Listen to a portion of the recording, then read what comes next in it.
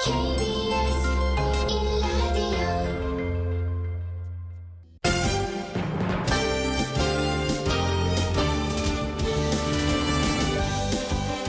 KBS 1라디오 신사원의 오늘 세계는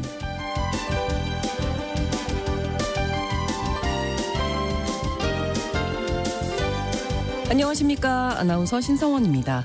지난 15일 슬로바키아 총리가 피격당하는 사건이 발생했습니다. 슬로바키아는 1993년 체코슬로바키아에서 분리 독립한 이후 OECD, 나토, 유럽연합에 차례로 가입하면서 서방의 일원으로 편입한 나라인데요. 하지만 정치 세력은 친유럽과 친러시아 양극단으로 나뉘어서 극심하게 대립하고 있다고 합니다. 이번 총리 피격 사건도 이런 배경에서 벌어진 것이라는 분석이 나오고 있는데요. 분열된 정치로 인한 정치 테러, 폭력은 유럽 내 다른 곳에서도 벌어지고 있죠. 관련된 소식을 잠시 후 글로벌 이슈에서 자세히 전해드리겠습니다.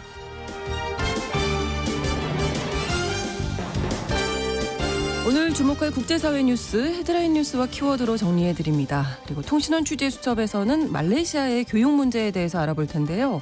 말레이시아는 다양한 민족이 섞여 사는 나라인 만큼 각 민족을 존중하는 교육을 펼쳤는데 예상치 못한 문제가 발생했다고 합니다.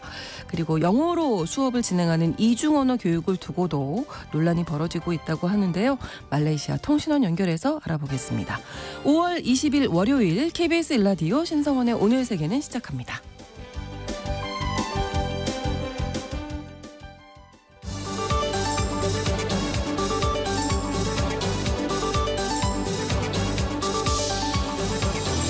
오늘 세계는 헤드라인 뉴스. 에브라임 라이시 이란 대통령이 19일 헬기 추락 사고로 실종됐습니다. 헬기에 탑승한 대통령의 생사가 아직 확인되지 않고 있는 가운데 악천후 때문에 수색 작업이 쉽지 않은 상황입니다. 타이완 라이칭더 신임 총통 취임식이 현지 시간으로 20일 오전 9시에 열렸습니다. 라이 신임 총통은 친미 독립 성향의 민주진보당 소속으로 전임 차이잉원 총통의 8년간의 집권 기조를 이어갈 것으로 보입니다. 멕시코에서 다음 달 2일 치러지는 대선과 총선이 2주 앞으로 다가온 가운데 정치인과 정당인을 상대로 한 총격 사건이 이어지고 있습니다.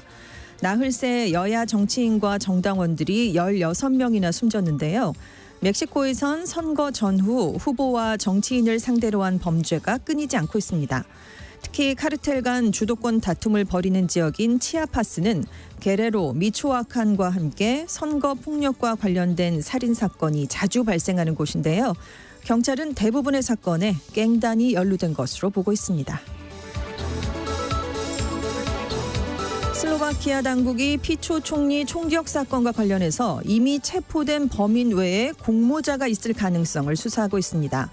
애슈토크 내무장관은 총리 살인미수 혐의로 구속된 범인이 구치소에 있는데도 페이스북 내용이 삭제됐다면서 범죄 공모 단서 등 증거를 인멸하려고 한 제3의 인물이 있을 수 있다고 밝혔습니다. 한편 피초 총리는 여전히 심각한 상태지만 최악의 순간은 지난 것으로 알려졌습니다. 미국 우주 탐사 기업 블루 오리진이 발사한 유인 로켓 뉴 셰퍼드호가 19일 6명의 승객을 태우고 우주 비행을 한 뒤 지구로 귀환했습니다. 뉴 셰퍼드호는 지구와 우주의 경계로 불리는 고도 100km 카르만 라인을 넘어 105.7km 상공까지 닿았는데요. 탑승객 중엔 최초의 흑인 우주 비행사 후보로 올해 90세를 맞은 드와이트 씨도 포함돼 있었습니다. 블루 오리진은 아마존의 창업자인 제프 베이조스가 설립한 우주 탐사 기업으로 우주 비행 사업을 재개한 건 2022년 로켓 폭발 사고 이후 2년 만입니다. 일론 머스크 테슬라 최고 경영자의 뇌신경과학 스타트업 뉴럴링크가 자사가 개발한 컴퓨터 칩을 두뇌에 이식할 두 번째 신청자를 모집하고 있습니다. 경추 척수 손상이나 근위축성 측삭 경화증으로 양손 사용 능력이 제한되거나 아예 없는 환자의 신청을 받고 있는데요. 두 번째 임상 환자 모집은 첫 번째 대상인 사지마비 환자 놀런드 아르보의 두뇌에 칩을 이식한 지 5개월 만입니다. 아르보 씨는 사고로 신체가 마비됐는데요. 1월에 뉴럴링크 칩을 뇌에 이식받아서 생각만으로 커서를 제어할 수 있게 됐고 3월엔 휠체어에 앉아서 온라인 체스를 두는 모습이 생중계됐었습니다. KBS 라디오 신성원의 오늘 세계는 오늘의 헤드라인 뉴스로 시작했습니다. 외신캐스터 전주현 씨가 수고해 주셨고요. 이번에는 키워드로 정리한 국제사회 소식 함께 알아보겠습니다. 오늘 첫 번째 키워드 실종된 후계자. 네, 라이시 이란 대통령 얘긴데요. 네. 이 이란 대통령이 탔던 헬기가 19일에 북서부 동아제르바이잔주 중부에 있는 바르지건 근처에 디즈마르 산악지대에 추락을 했습니다. 헬기에 지금 라이시 대통령이 탑승해 있었고요. 아미르 압돌라히안 외무장관 또 동아제르바이잔 주지사 그리고 타브리즈 지역의 종교 지도자 등이 함께 타고 있었는데 네. 모두 생사가 확인되지 않고 있었습니다. 지금 이란 대통령이 탔던 헬기에 탑승했던 사람 한 9명으로 추정이 되고 있는데요. 네. 잔해로 추정되는 여론이 발견되기도 했습니다. 라이시 대통령이 이날 오전에 동아제르바이잔주에서 열렸던 댐 준공식에 참석을 한 이후에 헬기를 타고 돌아오던 중이었거든요. 네. 근데 지금 현장이 비가 내리고 있고요. 안개가 짙습니다. 기상이 그리고, 좋지 않았나요? 네. 그리고 지금 굉장히 높은 산악지대이기 때문에 헬기나 드론을 띄우기도 어렵다고 합니다. 그래서 구조대가 파견이 됐는데 걸어서만 도착을 할 수 있답니다. 그래서 아직 현장에 도착을 하지 못한 것으로 알려지고 시간이 있고요. 상당히 걸리겠군요. 그렇습니다. 예. 생사가 최종 확인되기까지는 시간이 많이 걸릴 것으로 보이는데 지금 사고 지역 근처에 밤이 찾아오면서 기온이 영하로 또 떨어졌다고 합니다. 네. 그래서 지금 뭐 사우디아라비아, 아제르바이잔, 아르메니아, 이라크, 튀르키예 같은 근처 국가 정부에서 구조 작업에 적극 협력을 하겠다라는 얘기도 내놓고 있고요. 네. 하메네이 이란 최고 지도자는 라이시 대통령과 관리들이 안전하게 돌아오기를 기도했다. 이번 사고가 국정 운영에는 영향을 미치지 않을 것이기 때문에 국민들은 걱정을 한다던가 불안해하지 않아도 된다라고 강조를 했는데요. 왜냐하면 이란이 신정일치 체제여서 최고 종교 지도자인 하메네이가 국정의 결정권을 갖고 있기 때문입니다. 네. 한편 미국과 유럽을 비롯한 서방 사회도 이 일을 지금 주목하고 있는데요. 왜냐하면 라이시 대통령이 최고 지도자인 하메네이와 함께 이란에서 대표적인 강경파 중에 한 사람입니다. 친이란 무장 세력을 이용한 이스라엘 공격, 이란의 핵 개발 프로그램, 또 러시아에 대한 무기 지원 등을 사실상 지휘해 왔기 때문입니다. 네. 그러니까 파장이 어떻게 미칠지 주목을 하고 있는 거겠죠. 그렇습니다. 키워드가 이제 실종된 후계자였는데 왜냐하면 라이시 대통령이 지금 말씀해 주셨던 하메네이 최고 지도자의 뒤를 이을 인물이다 이렇게 손꼽혀 왔기 때문이죠. 그렇습니다. 일단 라이시 대통령이 어떤 인물이냐면 초강경 보수 성향의 성직자 출신이고요. 대법원장을 지냈었습니다. 네. 2021년 8월에 대통령으로 취임을 했는데요. 취임 다음 해에 히잡 시위가 일어났어요. 유혈 진압을 했던 대통령이고 가자 전쟁 도중에 시리아 주재 이란 영사관이 폭격을 당하니까 처음으로 이스라엘 본토를 직접 공격을 했는데 그걸 지휘한 굉장히 강경 노선을 걸었던 인물입니다. 네. 그런데 이 라이시 대통령이 이렇게 강경 노선이다 보니까 36년째 재직 중인 하메네이를 이을 차기 최고 지도자로 강력하게 손꼽혀왔던 사람입니다. 지금 하메네이 지도자가 85세니까요. 네, 지금 후계를 생각하지 않을 수 없는 나이거든요. 그렇죠. 네. 그리고 라이시 대통령이 최고 지도자의 사망 또는 유고 시에 후임을 결정하는 국가 지도자 운영회의 부의장을 지내고 있기도 합니다. 이란에서는 대통령 권한보다 종교적 지위인 최고 지도자의 역할이 훨씬 막강한데요. 네. 최고 지도자가 이슬람 공화국의 국내 외교 문제의 최종 중재자 역할을 맡고 있기 때문입니다. 이란 헌법에 따르면 현 대통령이 사망하면 제1부통령이 최고 지도자의 승인을 받아서 대통령 권한과 기능을 승계하도록 돼 있습니다. 그래서 만약의 경우에 라이시 대통령이 사망했다라는 게 확인이 된다면 네. 이제 하메네이가 승인을 한 뒤에 모하마드 모크베르 제1부통령이 그 역할을 맡게 됩니다.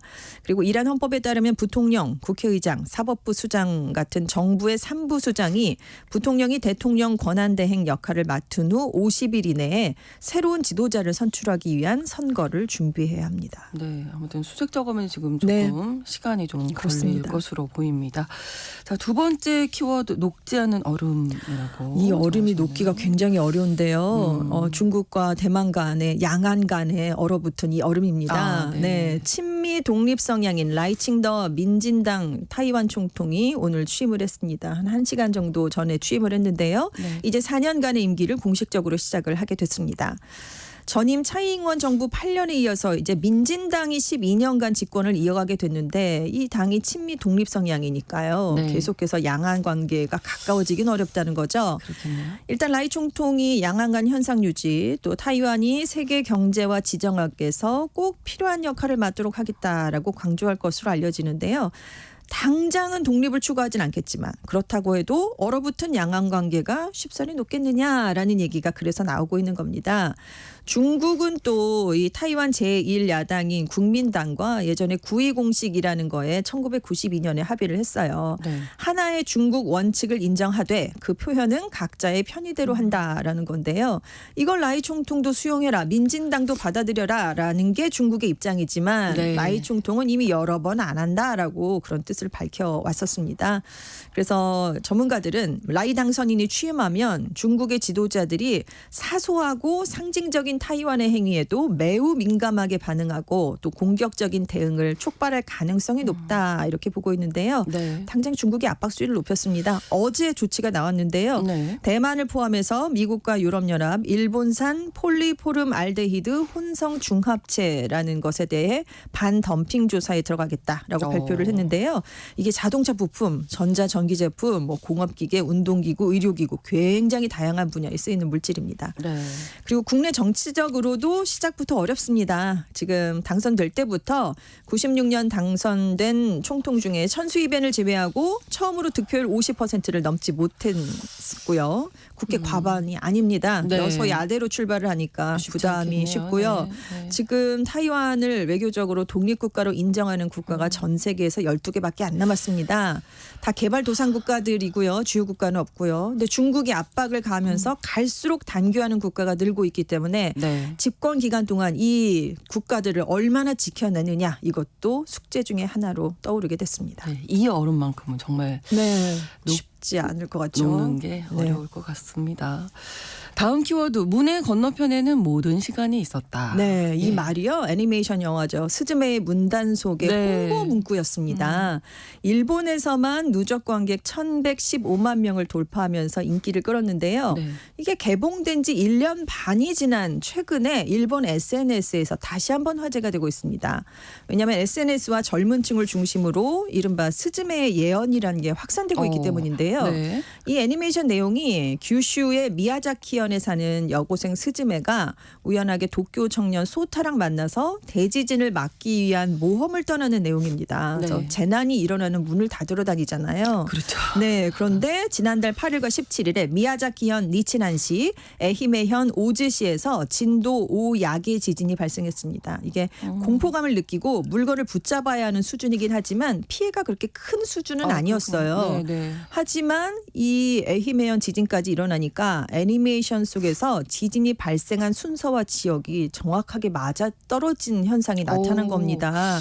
스즈메의 문단 속에서 대지진이 5번 나오거든요. 네. 근데 미야자키현 니치난시에서 처음에 그리고 에히메현 오즈시에서 2번째 발생하는데 오. 정확하게 이 순서대로 그러네요. 대지진이 일어났어요. 네. 그 애니메이션은 이후에 고베시, 도쿄의 오차노미즈, 미야기현의 게센누마시에서 차례로 대지진이 일어났는데 그래서 다음은 그렇게 가는 거 아니야? 라는 다음 그게 불안감이 아니야? 뭐 이런 생각. 퍼진다는 거죠. 네. 이렇게 예언이 확산되니까 구름 모양 미미즈 같다. 진짜 지진이 오는 건가? 라는 글과 사진이 잇따라 올라오고 있는데 네. 작품 안에서 미미즈라는 게 재앙의 전조로 검은 지렁이 모습을 하고 있어요. 근데 구름이 그렇게 보인다는 거죠. 이제 그렇죠. 생각을 하고 보면 또 그렇게 보이잖아요. 맞아요. 네.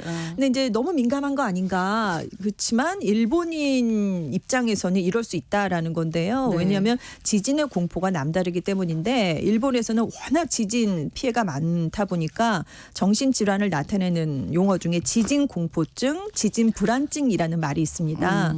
그래서 동일본 대지진이 3월 11일에 발생을 했었는데요. 맞아요. 네. 매년 이 날짜가 다가오면 일본에서 두근거림이 심해지거나 불안감을 느끼는 일본인들이 많이 나타납니다. 트라우마가 됐죠. 네, 여론조사를 해보면 가장 불안한 자연재해 언제나 지진이 1위로 손꼽히고 있고요. 네. 그래서 지금 SNS에서 지진과 관련된 정보를 올릴 때는 주의해달라라는 목소리가 높습니다. 왜냐하면 불안감을 조장하는 허위 정보나 가짜 뉴스가 확산될 가능성이 크기 그렇죠. 때문인데요. 네. 전문가들이 크게 이제 미래 재해 예언 얘기나 재해로 인한 피해 정보, 구조 요청 등이 가짜 뉴스로 많이 나오고 있다면서 이런 거 믿지 말고 정확한 정보는 TV나 라디오, 신문, 정부의 발표를 통해서만 얻어야 된다라고 조언하고 있습니다. 이게 이제 그냥 두려움으로 끝났으면 좋겠습니다. 그렇죠. 네네. 다음 키워드는 에너지 효율 1등급이 됐습니다. 네, 1등급을 달성했어요. 오. 가전제품 얘기 아니고요. 아니에요. 네, 현대인의 뇌가 그렇게 됐대요. 아, 그래요? 10만 년 전에 호모사피엔스가 살았었는데 네. 그 10만 년 전에 호모사피엔스보다 현대인의 뇌가 13% 정도 작아졌다라는 연구 결과가 나왔습니다.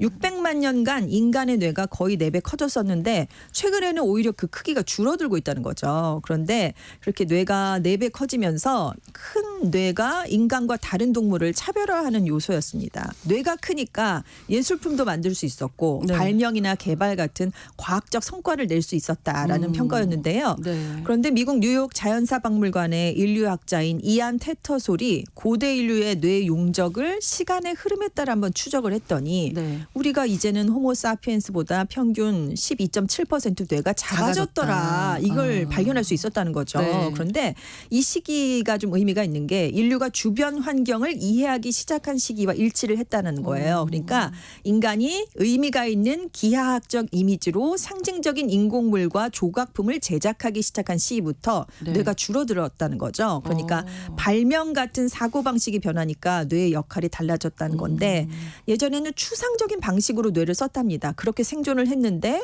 이제 발명을 하면서 뭔가 효율을 추구하니까 뇌가 아주 복잡한 계산을 수행을 하면서 조직화됐다는 거죠. 그러니까 이제는 작은 뇌로도 가성비 있게 생존에 필요한 역할을 수행할 수 있으니까 뇌가 클 필요가 없어졌다라는 더 겁니다. 발달한 거네요. 네, 진짜. 그렇습니다. 네. 그래서 지금의 우리는 세계를 기호, 어휘로 분해를 하고 그 기호들을 재조합한다. 그래서 이런 사고로 뇌가 훨씬 더 에너지 효율적인 방식으로 기능을 할 수 있었다라고 테터솔이라는 전문가가 설명을 했습니다. 네. 근데 이제 기후 변화도 또 인간의 뇌 크기를 변화시켰다라는 분석이 있는데요. 캘리포니아 자연사박물관의 과학자인 그 스티벨이라는 분이 네. 호모사피엔스의 두개골을 분석을 했더니 마지막 빙하기가 끝난 이후 약 17,000년 동안 인간의 두뇌 크기가 줄어들었다고 합니다. 이게 지구 온난화 기간과 상관관계가 있다. 뇌가 작을수록 인간이 열을 빨리 식힐 수 있는 원리 때문이라는 건데요. 네. 뇌가 우리 몸무게 2%밖에 안 되지만 휴식하고 있을 때 대사 에너지의 20%를 쓰고 있습니다. 뇌는 계속 돌아가잖아요. 그렇죠. 우리 장기 중에서 에너지 소비가 가장 큰 기관인데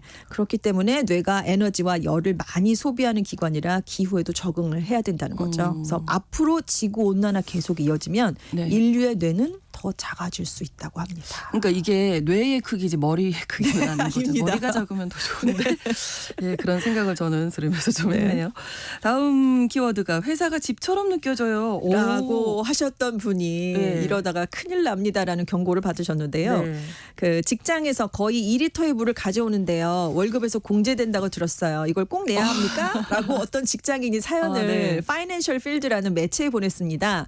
그래서 이 매체가 결론적으로 직원이 직장 정수기 물을 집으로 가져와서 무단으로 마시면 비용을 지급해야 하는 게 맞다라고 보도를 했습니다. 왜냐하면 직장에 있는 정수기는 일할 때 필요한 일할 때 장비라는 쓰라는 거죠. 거죠. 업무랑 무관할 때 쓰면 안 된다. 이건 횡령에 해당할 수 있다. 기본적으로 회사 물품을 무단으로 집으로 가져가면 범죄 또는 처벌받을 수 있다는 걸 명심해라라고 이 매체가 강조를 했습니다. 네. 다만 업무의 연장선이라면 가져갈 수 있다는 거죠. 그러니까 집에서 나머지 재택근무를 하면 괜찮은 거예요. 네, 그리고 잔업을 하기 위해서 뭘 네네. 가져가는 건 괜찮다는 거죠. 근데 무단으로 가져가면 일본 형법 제253조에 해당하는 불법 행위이기 때문에 네. 10년 이하의 징역도 받을 수 있다라는 경고를 해줬습니다. 일단 이 회사가 물을 2리터씩 가져간 사원에 대해서 급여 공제라는 조치를 내렸다고 합니다. 네. 그런데 근로기준법상 원칙적으로 공제가 허용되지 않는데요. 그러니까 급여 공제보다는 손해배상 청구가 더 적절한 방식이다라고 이 매체가 지적을 했고요. 아무튼 이 소유권이 이 정수기의 소유권, 정수기에 담긴 물의 소유권이 회사에 기속돼 있으니까 원칙적으로 가지고 돌아가는 건 안 된다. 좀 피해라라고 설명을 했는데 네. 네티즌들이 화장지 집에 가지고 가는 직원도 있더라. 그래서 회사에서 화장지 아예 직장 이름 도장을 찍어놓는데도 가져가더라. 이건 아니지 않느냐. 그래서 개인 생활에서 사용하는 건 아니지 않느냐. 뭐 이런 반응들을 많이 보이고 있다고 합니다. 네, 일본에서는 횡령에 해당한다. 네. 회사의 물품을 네. 가져가는 것. 무단으로 가져가시면 안 네. 된다고 합니다. 자, 다음 키워드는 맛있는 편지가 배달됐어요. 네, 정말 맛있는 편지예요. 프랑스에서 국민빵이 바게트인데요. 네네. 바게트를 기념하는 우표가 나왔습니다. 그래서 우표 그림에 프랑스 국기에 청, 백, 적색 리본으로 묶여있는 바게트 그림이 그려져 있어요. 네. 프랑스 빵 바게트라는 문구가 그 밑에 실려 있고, 그런데 이 우표를 손으로 살살 문지르면요, 갖고 온 바게트 빵 냄새가 난다고 합니다. 이 갖고 온 바게트 빵 냄새. 너무 좋잖아요. 네. 이 프랑스 우체국이 라포스트인데 빵 냄새를 담은 미쉐 캡슐이 포함된 특수 잉크를 사용했다고 합니다. 그래서 사실 문지르면 냄새가 나는 스크래치 앤드 스니프라는 우표가 2001년에 영국에서 처음 나왔거든요. 그랬더니 이후에 홍콩에서 녹차향 우표, 스위스에서는 초콜릿향 우표, 중국에서는 탕수육향 우표가 판매가 됐었다고 해요. 네. 이 사회 문화가 반영이 되죠. 그러네요. 네, 이제 바게트 우표 매일매일 파는 건 아니고요. 네. 59만 4천 장만 인쇄해서 한정판으로 판매를 한대요. 네. 한 장당 1.96유로, 우리 돈으로 한 2,890원 정도랍니다. 네. 편지에 붙여서 실제로 쓸 수도 있어요. 그래서 20g 미만의 국제 우편 한 통까지 보낼 수 있는 그런 우표라고 합니다.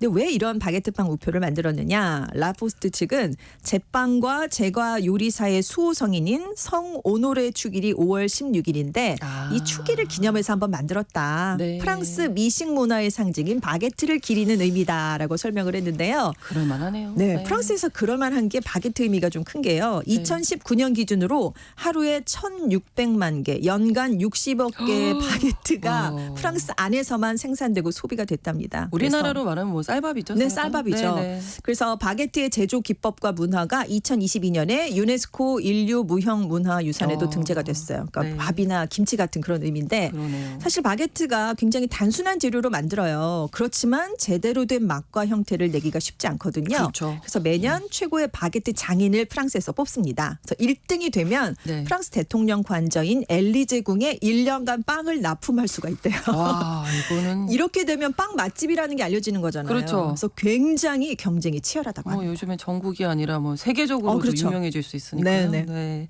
자, 오늘의 헤드라인 뉴스 키워드까지 외신캐스터 전지현 씨와 함께했습니다. 고맙습니다. 네, 감사합니다. KBS 라디오 신성원의 오늘 세계는 1부 마무리하겠습니다. 11시 30분부터 일부 지역에서 해당 지역 방송 보내드립니다. 아바의 노래 댄싱 퀸 함께 듣겠습니다.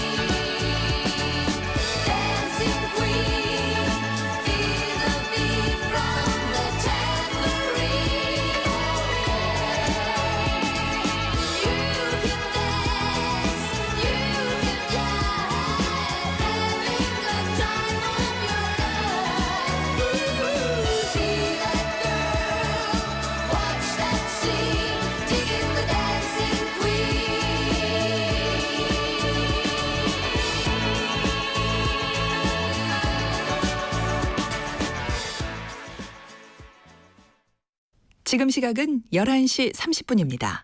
KBS Ladies and gentlemen. 국제사회의 다양한 뉴스를 한눈에 KBS 1라디오 신송원의 오늘 세계는 세계를 바로 보는 최소한의 투자입니다.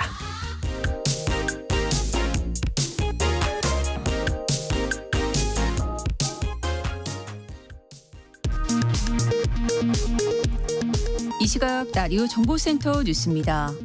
추경호 국민의힘 원내대표는 야당이 단독으로 통과시킨 해병대원 특검법에 대해 공정하고 엄중한 수사를 위한 법이 아니라는 뜻을 거듭 밝혔습니다.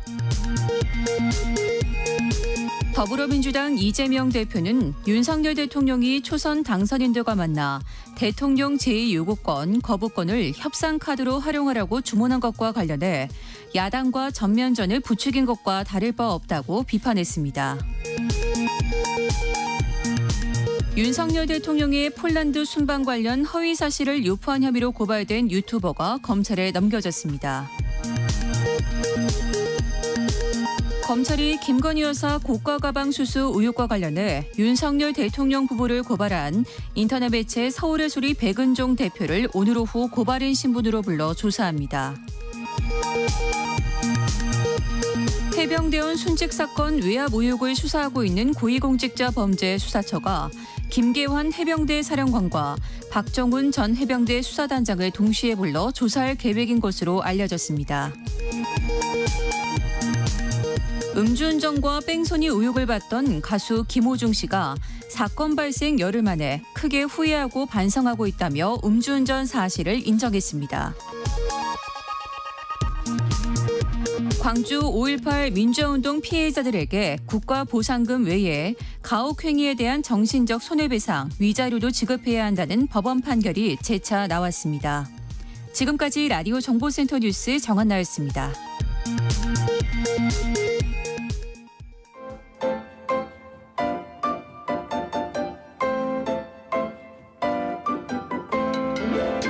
통신원 취재 수첩.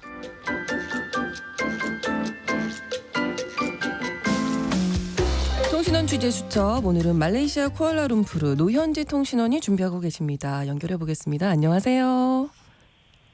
안녕하세요. 네, 말레이시아 최근 교육계에서 갈등이 심각해지고 있다고 들었는데 사실 우리나라에서 조기 유학 많은 나라 중에도 말레이시아가 있는 걸로 알고 있습니다. 먼저 말레이시아 교육 환경 어떻습니까? 네, 코로나 동안 잠깐 주춤했었는데 이제 팬데믹이 잠잠해지면서 말레이시아로 교육이민 혹은 조기 유학을 오는 우리나라 사람들이 급격하게 늘고 있습니다. 네. 이곳은 말레이시아가 위치적으로도 가깝고 물가도 상대적으로 저렴하기 때문이지만 네. 가장 중요한 것은 영어가 통용되는 사회라는 점인데요. 그렇죠. 네. 과거 영국 식민 지배의 영향으로 대부분의 도시에서는 영어가 통한다는 게 큰 장점입니다. 말레이시아는 다문화 다민족 사회로 약 60%의 말레이계 국민과 30% 정도의 중국계, 그리고 나머지 인도계와 세계 각국에서 모인 외국인들로 구성되어 있는데요. 네. 이런 다양한 사람들이 어우러져 살다 보니 공용어인 말레이어는 기본으로 중국어와 그 방언인 직가어, 광동어, 타밀어, 힌디어에 영어까지 하는 다중언어 과정이 많습니다. 이를 반영해 말레이시아의 교육기관은 일반 국공립학교와 사립학교, 국제학교가 있고 네. 이슬람의 교육기관인 마드라사가 존재하는데요. 네. 특별히 초등학교는 중국계와 인도계의 모국어 학교가 따로 운영되고 있습니다. 네. 말레이어로 가르치는 국립학교는 세콜라 케방산, 줄여서 SK로 불리고 중국계인 SJKT, 인도계인 SJKT 학교로 구분되는데요. 민족별, 언어권별로 그에 맞는 교육과정을 선택한다는 장점이 있었지만 이제 세월이 흐르며 오히려 민족 간의 갈등과 분열을 촉발한다는 주장이 계속해서 나오고 있는 실정입니다. 네. 게다가 국공립학교에서 시행 중인 이중 언어 교육을 축소하겠다는 교육부의 방침이 발표되자 그 논란은 가속도가 붙어 연일 열띤 논쟁이 벌어지고 있습니다. 네, 그러니까 초등학교 교육에서 이제 민족별, 문화권별로 이제 교육이 따로 이루어지면서 분열 문제가 생기는 거군요. 이 문제부터 좀 설명해 주실까요? 네, 일반적으로 말레이계 국민들보다 교육열이 월등히 높은 같은 중국계와 인도계의 경우 학교에서 더 많은 활동을 제공하고 학구적으로도 더 노력을 기울이는데요. 네. 이 때문에 그 민족이 아닌 학생들이 중국계 혹은 인도계 학교로 몰려들고 있습니다. 현지 언론에 따르면 2020년 조사에서 중국계 초등학교의 비중국계 학생 비율이 10년 전인 2010년 대비 2배 가까이 증가했고 인도계 역시 같은 기간 1.67%에서 2.75%로 증가하며 선호도가 올라갔는데요. 반대로 말레이어를 쓰는 국립학교에 진학하는 중국계, 인도계 국민 비율이 반으로 줄어들며 0.73%, 2.63%로 견조하게 낮았습니다. 게다가 고위층 말레이계 국민들은 국공립학교 대신 비싼 학비의 국제학교로 자녀들을 보내는 추세로 교육의 양극화 내지는 분열 양상이 점점 심해지는 모습인데요. 네. 이에 따라 정치권에서는 중국계 학교와 인도계 학교에 대한 지원을 중단하거나 줄여서 말레이어 중심의 국립학교에 투입해야 한다는 요청이 계속되고 있습니다. 하지만 어차피 초등교육만 나누어질 뿐 중등부 과정부터는 말레이어만으로 가르치기 때문에 네. 초등교육을 중국어 3일어로 받은 학생은 졸업시험인 UPSR에서 말레이어 능력을 통과해야 중학교에 입학할 수 있는데요. 이 점을 들어서 지금과 같은 모국어 교육 시스템을 지지하는 입장도 강경하게 맞서고 있습니다. 네, 아무래도 다문화 다민족 사회니까 이렇게 교육 과정에서도 문제가 아주 복잡하게 발생하고 있는 것 같은데 이중언어 교육 축소 방침 이 부분 문제가 되고 있다고 말씀해 주셨는데 어떤 건가요? 네, 이것은 초등교육이 아닌 전 학년에 걸친 교육 방향인데요. 네. 영국 식민지 지배에서 벗어나 한동안 말레이시아는 영어 교육을 자제해왔습니다. 아무래도 민족적인 감정이 남아있으니까 당연한 일이겠죠. 네. 하지만 2003년 마하티르 전 말레이시아 총리는 국제사회에서 영어를 자유롭게 구사한다는 것은 국가 경쟁력 강화의 중요한 요소라며 영어를 비롯한 수학, 과학을 영어로 수업하는 듀얼 랭귀지 프로그램, 줄여서 DLP 정책을 강력하게 시행했습니다. 그 결과 말레이시아에 진출하는 다국적 기업이 많아지고 국내외에서 여러 가지로 성공적이었다는 평가를 받았으나 수학, 과학 수업을 영어로 진행할 수 있는 교사가 부족하다 보니 경쟁력이 떨어진다는 지적과 함께 반마하티르 세력의 정치적인 이유가 결합돼서 결국 2012년 폐지됐었는데요. 네. 그러다가 2016년 다시 재도입을 시도해 2023년 6월 기준 현재까지 이중언어 프로그램을 운영하는 학교는 약 2,500개교로 전체 초중학교의 4분의 1 수준이며 전체 초중학생의 9%만이 이중언어 프로그램을 받고 있는 것으로 나타났습니다. 네. 그런데 최근 안와르 정부에서는 오히려 민족의 뿌리를 강화해야 한다며 말레이어 수업을 늘리고 이슬람의 경전 하디스를 배우는 시간을 추가하겠다고 발표한 상태인데요. 네. 하드리나 시덱 말레이시아 교육부 장관은 교육부가 제시한 말레이어 성적을 충족하지 못하는 학교가 많아 단계적으로 이 이중 언어 프로그램을 폐지할 방침이라고 밝혔습니다. 이런 정부 방침에 반발하는 움직임도 나타나고 있고 이중언어 교육을 유지하려고 따로 교육 방침을 정하는 지역도 생겼다고요? 네, 그렇습니다. 전국의 학부모 단체인 교육을 위한 행동은 미래 사회를 대비해 계속해서 영어로 수업하는 것을 꾸준히 주장해 왔지만 받아들여지지 않았다며 성명을 발표하고 철회를 요구하고 있습니다.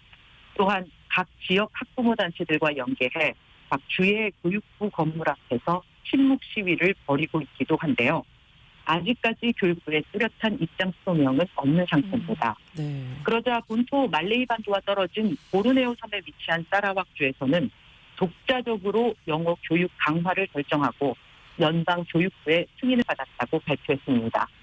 아누아르 라피 사라왁 교육혁신 장관은 연방 교육부가 사라왁 초등학교뿐 아니라 중고등학교의 수학, 생물학, 물리, 화학 교육의 영어 사용을 확장한다는 데 동의했다고 발표하며 시행 과정을 설명하는 페람 초안이 작성 중이라고 밝혔습니다. 네. 앞으로 2026년부터 본격적으로 영어로 된 수학, 과학 강의 도입을 목표로 적절한 예산을 투입해 교사 양성에도 성과를 올리겠다고 하는데요. 네. 사라왁주의 경우 최근 세계적인 기업들의 투자 유치에 연달아 성공하면서 중앙정부의 눈치를 보기보다 지역 인재를 양성해야 한다는 높은 수요에 부응하는 정책이라고 해석되고 있습니다. 실리를 추구하겠다 이런 얘기네요. 말레이시아 교육계의 문제점을 오늘 살펴봤습니다. 말레이시아 쿠알라룸푸르 노현지 통신원이었습니다. 오늘 고맙습니다. 감사합니다.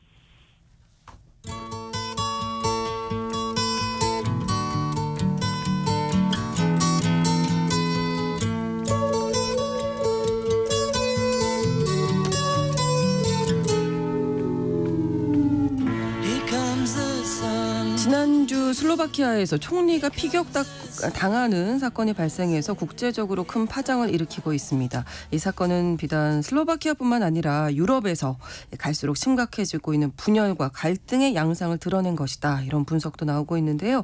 오늘 글로벌 이슈 슬로바키아 총리 피격 사건을 중심으로 유럽의 전체적인 정치 상황 살펴봅니다. 오혜리 국제전문기자와 함께하겠습니다. 어서 오세요. 네, 안녕하세요. 자, 일단 이 슬로바키아 총리 피격 사건 개요 좀 정리해 주실까요? 네. 피초 총리는 지난 15일 오후 수도 브라티슬라바 외곽에 있는 한들로바라고 하는 도시를 방문해서 회의를 마쳤습니다. 네. 그리고 이제 회의장 바깥으로 나와서 시민과 지지자들을 만나서 이렇게 악수를 했는데 그때 한 남성이 쏜 총을 맞았죠. 범인이 총을 5발을 쐈는데 그중 3발이 목과 가슴에 맞았습니다. 네. 그래서 2차례 수술을 인근 도시로 옮겨져서 2차례 수술을 받은 상태이고요. 총격 직후에는 뭐 생명이 위독하다 이런 얘기도 나왔지만 지금은 이제 의식을 회복해서 앞서 뉴스에서 전해서 들으셨겠지만 지금은 꽤 안정된 상태라고 합니다. 최악의 순간은 지나갔다고 하고 또 네. 생명에는 지장이 없지만 그래도 좀 안정이 필요하기 때문에 며칠 동안 경과를 본 다음에 수도에 있는 큰 병원으로 옮겨질 것 같습니다. 네. 이 범인의 신원, 범행 동기 이런 게 뭐 구체적으로 밝혀진 게 있나요? 예, 범인은 현장에서 체포가 됐습니다. 네. 바로 유라즈 신툴라라고 하는 사람이고요. 71살 나이의 남성입니다. 이 범인이 지난 18일에 범행 후 처음으로 그 블라디슬라바 외곽 도시 페지노크라고 하는 곳에 있는 법원에 출석을 했고 네. 이날 이제 정식으로 기소가 된 상태입니다. 뭐 그동안의 보도를 들으셨겠지만 시집을 3권 낸 시인이라고 하는데 뭐 유명 시인은 아니고 뭐 지역에서 활동하는 그런 시인인 것으로 보이고 네. 또 한 쇼핑몰에서 경비원으로 일한 적도 있다고 하죠. 정치에는 매우 관심이 높았던 인물인 것으로 보여집니다. 본인이 직접 폭력반대 운동이라고 하는 단체를 직접 설립해서 온라인에도 여러 가지 동영상을 게재했는데 이게 그냥 단순한 단체가 아니라 네. 본인이 정당을 만든 거다 이렇게 하기도 했습니다. 성향은 최근에 이제 슬로바키아뿐만 아니라 유럽 각국에서 뭐 반이민, 반인종적인 그런 성향이 뚜렷하고 또 증오주의, 극단주의가 이제 갈수록 심화되고 있는데 이런 부분에서 굉장히 비판적인 목소리를 내고 있습니다. 그동안 뭐 반정부 시위에도 적극적으로 참여를 했고 네. 당연히 지난해에 있었던 총선에서는 피초 총리가 소속되어 있는 집권 여당을 지지하지는 않은 걸로 그랬겠죠. 알려지고 네. 있습니다. 당초에는 이 사람이 외로운 늑대라고 해서 이제 단독범을 흔히들 영어식 표현으로 그렇게 하는데 단독범행으로 추정이 됐거든요. 네. 근데 우리 시간으로 오늘 아침에 나온 뉴스를 보니까 사법당국의 공범이 있을 가능성에 대해서 수사 중이라고 합니다. 그래요? 그 이유는 이 범인이 체포된 지 2시간 뒤에 누군가가 이 사람이 그 소셜미디어에 접속을 해서 네. 계정을 폐쇄했다고 하는데 이걸로 봤을 때는 누군가가 그 뒤에 조력자가 있지 않나라고 아마 사법당국은 의심을 하고 있는 듯합니다. 그렇군요. 그러니까 정치적인 의도로 총리에게 총을 쐈다라고 네. 이제 보여지는 건데 피초 총리가 그동안에 어떤 정치 행보를 해왔는지도 궁금해지네요. 네, 이 피초 총리는 올해 나이로 59살입니다. 네. 헝가리에 이제 빅토르 오르반이라고 하는 총리가 있잖아요. 뭐 그 슬로바키아가 아주 접경하고 있는 국가인데 이 두 사람이 그 중부 유럽의 대표적인 이른바 스트롱맨 리더십을 발휘하는 지도자로 뽑힙니다. 네. 슬로바키아에서는 뭐 현재 뭐 가장 국내뿐만이 아니라 세계적으로 유명한 정치인이고 여러 차례 총리를 역임을 했습니다. 2006년부터 2000년부터 2010년 그리고 2012년부터 16년까지 이제 두 차례 총리를 역임을 했고 2016년 총선에서 다시 승리를 해서 그때 당시에 재선에 성공을 했습니다. 네. 2018년까지 부임을 하다가 이제 타계에서 물러났는데 그때 부패 스캔들의 시위가 엄청나게 크게 국내에서 벌어졌거든요. 반정부 시위가 크게 일어나면서 불명예 퇴진을 했습니다. 네. 그러다가 뭐 한동안에는 이제 그냥 정당 정치인으로 물밑에서 활동을 하다가 지난해 총선이 있었는데 네. 이때 총선에서 다시 승리를 했습니다. 그래서 이제 권좌에 복귀해서 네 번째 총리 임기를 보내고 있던 중이었어요. 피처 총리의 정치적인 성향은 어떻습니까? 성향이 조금 애매합니다. 아, 누군가는 뭐 좀 좌파 포퓰리스트 정당을 이끌고 있다 뭐 이런 지적도 네. 하고 워낙 민족주의적 성향이 뚜렷해서 구급하다라고 하는 지적도 있는데 네. 이 피처 총리가 소속되어 있는 정당이 방향사회민주주의당이라는 이름이에요. 이거를 이제 약어로 스메르라고 부르는데요. 네. 원래 피처 총리의 이 정치 활동은 그 공산당 그러니까는 이제 체코슬로바키아 시절에 네. 이제 공산당에 뿌리를 둔 공산당에서 이제 정치 활동을 처음 시작했고 네. 이 여기에 뿌리를 둔 민주 좌파당 당원이었어요. 좌파네요. 예, 그렇죠. 네. 그래서 1999년에 이제 일부 당원들과 탁당해서 이제 스메르를 직접을 창당을 했고 아. 2006년에는 이제 공산당의 뿌리를 뒀던 그 이 민주 좌파당까지 아예 흡수를 했습니다. 그래서 흡수한 지 1년 만에 총선을 승리해서 이제 현재 스메르를 슬로바키아의 최대 정당으로 키우는 데 성공한 인물입니다. 네. 원래 정치 성향은 이렇게 보면은 이제 좌파 또는 중도 좌파라고 네, 볼 수 네. 있는데 최근에는 조금 다른 행보들을 보이고 있습니다. 극우적인 성향이 조금 점점 갈수록 강해지고 있는데요. 특히 현 정권이 연정이에요. 네. 2023년에 제1당으로 승리를 하기는 했지만 과반 득표에는 실패를 하면서 두세 개의 정당들과 연정을 구성했는데 그 연정에 지금 극우 성향의 민족주의 정당 슬로바키아 국민당이 들어가 있습니다. 그렇다 보니까 본인의 성향도 그렇고 또 연정 파트너 정당의 여러 가지 정책들을 수용하다 보니 갈수록 이제 극우적인 민족주의적인 성향을 보이고 있는 것으로 보여집니다. 네. 좀 구체적으로 보면은 이민, 난민 이런 데는 뭐 강하게 반대하고 있고 네. 성소수자 문제에 대해서도 매우 보수적입니다. 그리고 지난 2월에는 공직자 부패 사건을 다루는 특별검찰청을 폐지했거든요. 이때 파장이 굉장히 컸었는데 2018년에 부패 스캔들로 타이에서 물러났다고 했잖아요. 네. 보복 조치가 아니냐라고 하는 그런 이제 반대자들의 목소리가 굉장히 크게 그럴 수 있겠네요. 네, 높아졌습니다. 네. 그리고 지난 4월에는 공영방송에 대한 정부 통제권을 강화하는 조치를 취해서 큰 논란을 일으켰죠. 예, 외교적으로는 친러시아. 최근 들어서는 아주 노골적으로 친러시아의 적인 행보를 보이고 있습니다. 특히 이제 그 2022년에 우크라이나 전쟁이 벌어진 이후에 그 헝가리의 오르반 총리와 함께 유럽연합 내에서 친러시아적인 발언과 정책들을 추진하려고 여러 가지로 노력하고 있는 인물이죠. 그래서 지난해 선거 당시에는 나토 회원국 이 슬로바키아는 나토 회원국이기도 하거든요. 네. 근데 이제 우크라이나를 어떤 여러 가지 지원하지 않겠다라고 하는 주장도 했고 예. 아무래도 우크라이나하고 접경된 국가이다 보니까 국내 여론은 우크라이나 전쟁에 너무 많이 깊숙이 끌려 들어가는 것에는 분명히 이제 꺼리고 반대하는 유권자들이 많은데 그렇죠. 그런 유권자들의 표심을 이제 크게 얻어서 작년에 선거에 승리하는데 또 그것이 바탕이 되기도 했었습니다.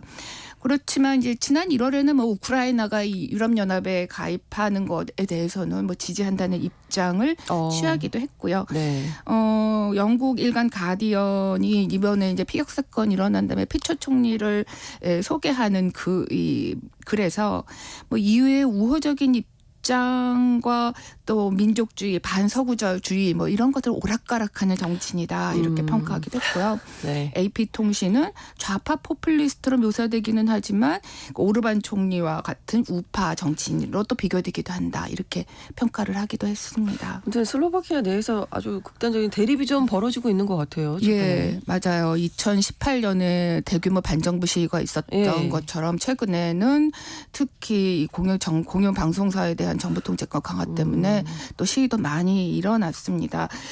거의 최근 들어서는 슬로바키아에서 반정부 시위가 매일 이어지던 중에 이번 사건이 일어났고 또 슬로바키아 정치권뿐만 아니라 여론이 워낙 극렬하게 분열되어 있어서 사실은 내전 직전 상태와 다름없었던 상황에서 이번 총리의 피격 사건이 발생했다라고 봐도 무방할 것 같습니다. 네. 그래서 이 사건 직후에는 뭐 여당 정치인들 또 야당 정치인들도 일부 정치인들도 증오의 악순환을 좀 멈추자라고 호소를 했지만 뭐 현재로서는 오히려 더 이번 사건으로 악화되는 게 아니냐라고 볼 수도 있습니다. 이 최근에 또 논란이 있었던 정책 중에 하나는 외국에서 지원을 받는 비정부기구 NGO를 외국 대리인으로 분류하는 그런 법안을 추진하기도 했어요. 부패 처벌을 완화하는 헌법 개정안도 하기도 하고 또 우크라이나 전쟁과 관련해서 대러시아 제재를 종료하자 이런 주장들 펼쳐가지고 국내에서는 친서방 측 그런 뭐 여론 지지하는 파와 또 자유주의 진영과 아주 정면으로 갈등을 빚었는데 그만큼 이 슬로바키아에서는 최근 들어서 아주 화합할 수 없을 정도의 정치적인 분열이 극심했다라고 봐야 되겠습니다. 그렇군요. 이 NGO 단체들을 스파이 단체 취급하는 건 약간 푸틴과 비슷한 거 아닌가요? 네, 맞습니다. 이 푸틴의 그 몇 년 전에 이거를 추진해서 이제 지금 시행에 들어가고 있어서 큰 국제적으로 비판을 받았는데 이 유럽 내에서 친러시아 국가들이 이런 정책들을 잇따라 지금 도입을 하려고 하고 있습니다. 푸틴 대통령은 이건 2012년에 이제 외국으로부터 자금 지원을 받은 비정기구 NGO를 외국 기관으로 규정하는 법안을 서명해서 발효를 시켰는데 말이 이제 외국 기관이라고 하는 말 자체가 이제 외국 스파이 뭐 이런 뉘앙스를 강하게 풍기잖아요. 실제로 이 법이 발효된 이후에 시민들의 어떤 정치적인 권리 활동 이런 것들에 대해서 크게 위축되기도 했습니다. 근데 슬로바키아가 이런 정책을 러시아를 따라서 취하려고 한다라고 하는 거는 이 기존 집권 여당과 뭐 정권의 비판적인 목소리, 시민들의 활동을 막으려고 하는 움직임이다라고 반대하는 사람들은 보고 있는 거죠. 그리고 또 최근에는 조지아 인접 국가인들도 조지아도 비슷한 정책을 추진하고 있습니다. 이 조지아는 최근에 이제 유럽연합 가입을 추진하고 있는데 또 더군다나 2008년에는 러시아하고 전쟁도 벌였던 국가이거든요. 근데 최근에는 상당히 친러시아적인 행보를 정부가 취하고 있습니다. 그 증거를 뭐 NGO 새로운 NGO법의 규제법이라고 할 수가 있는데 아마도 이게 집권 여당 이제 총리가 중심이 되고 이끌고 있는 집권 여당이 이런 외국 특히 서방 정부의 영향력을 차단하기 위해서 이를 추진했던 것을 해왔던 것으로 보여집니다.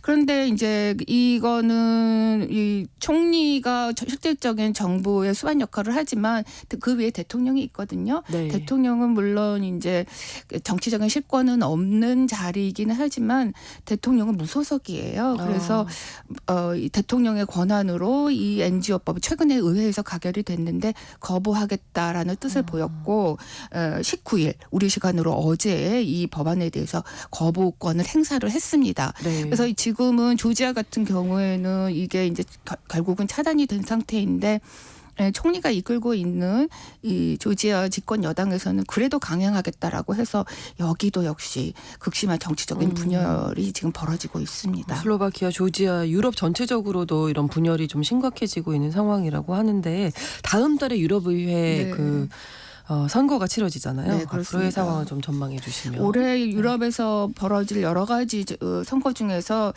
가장 중요한 선거 중에 하나라고 볼 수 그렇죠. 있습니다. 네. 6월 6일부터 9일 유럽연합 회원국에서 전체가 이제 유럽의회 구성을 위한 선거가 치러지는데요. 네. 워낙 지금 유럽 슬로바키아뿐만 아니라 프랑스, 독일 이런 곳에서도 정치적인 분열이 아주 극심합니다. 이유는 우크라이나 전쟁도 있고 네. 또 이민자 또 이런 급증 사태도 영향을 미쳤고요. 또 경제적인 여러 어려움 때문도 그것도 원인이 되고 있는데 네. 이 유럽연합 선거, 유럽의회 구성을 위한 유럽연합 선거에서 지금 현재로서는 구구파가 약진할 것으로 보이고 최대 정당이 블록이 될 가능성이 매우 커 보입니다. 이렇게 될 경우에는 추후 유럽에서 전체적으로 정치적인 양극화는 좀 더 심해지지 않을까라고 예상이 되고 있습니다. 네. 글로벌 이슈 유럽의 정치 분열 상황 알아봤습니다. 오혜리 국제 전문 기자와 함께했습니다. 고맙습니다. 네, 감사합니다. 또 컬링의 Wherever You Will Go 전해드리면서 KBS 1라디오 오늘 세계는 마무리하겠습니다. 내일 다시 뵙겠습니다. 고맙습니다.